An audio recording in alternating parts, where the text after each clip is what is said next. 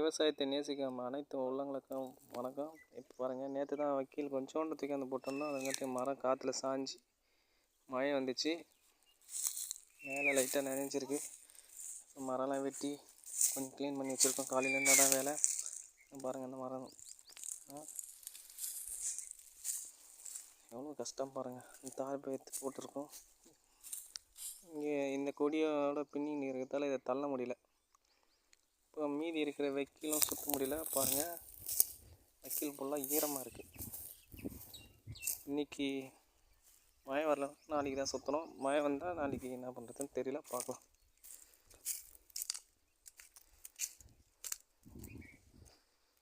வைக்கல் அடி வைக்கலாம் ஈரமாக இருக்கு.